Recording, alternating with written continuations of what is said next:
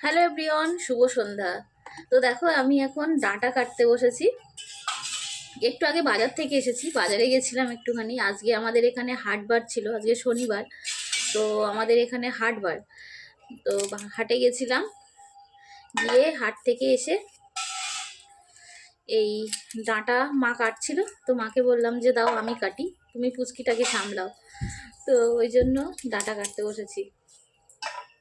আর এইসব ডাঁটা কাটতে না আমার মানে যে কোনো সবজি কাটতে আমার ভীষণই ভাল লাগে, ওই জন্যই আর কি কাটতে বসেছি। আর এগুলো হচ্ছে আমাদের বাড়ির গাছের ডাঁটা।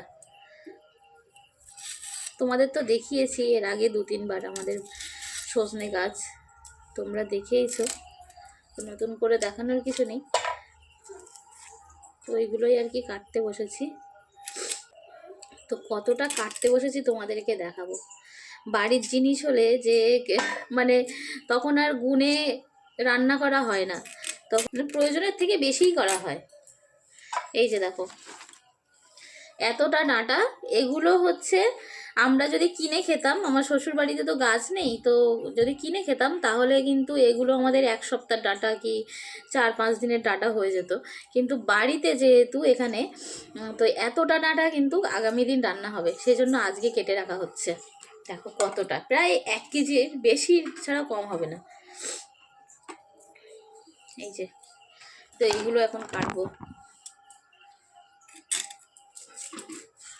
আর তাজা ডাঁটা কাটতে না ভীষণ ভাল লাগে। আর শুকনো ডাঁটা কাটতে একরকম, আর তাজা ডাঁটা কাটতে আর একরকম। আজকে আমাদের এখানে হচ্ছে কৃষি মেলা, তো গেছিলাম একটুখানি কৃষি মেলাতে, কিন্তু যখন আমরা গেছি ততক্ষণে কৃষি মেলা হয়ে গেছে, সেই জন্য আর দেখতে পারলাম না। তো আগামী দিন আবার হবে, তো আগামী দিন আবার যাওয়ার প্ল্যানিংয়ে রয়েছে, কিন্তু বিকালবেলার টাইমে না বেরোনো হয় না, এই পুচকেটা ঘুমায়, তো ওই জন্য আর কি বেরোতে পারি না। কোনোদিন ঘুমাই, কোনোদিন ঘুমাই না। যদি আগামী দিন ঘুমিয়ে পড়ে তাড়াতাড়ি তাহলে যাব।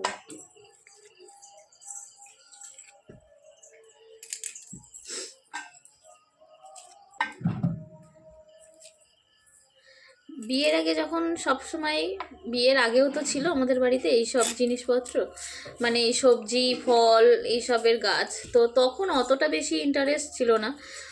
আছে আছে এরকম আর কি। কিন্তু এখন যে এত ভালো লাগে, আসলেই শুধু মনে হয় যে বেশ ভালো লাগে আর কি। তো পুকুরের মাছ ধরা হয়েছে, যেন আলাদাই একটা মজা হচ্ছে। আর আগে 2খানা পুকুর ছিল, 2খানা পুকুরে মাছ ধরা হতো।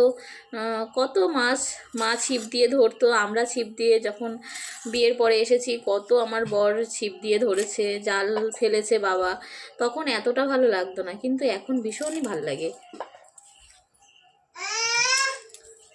ওই জন্য বলে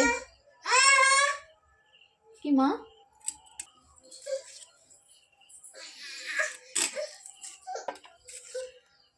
মশারি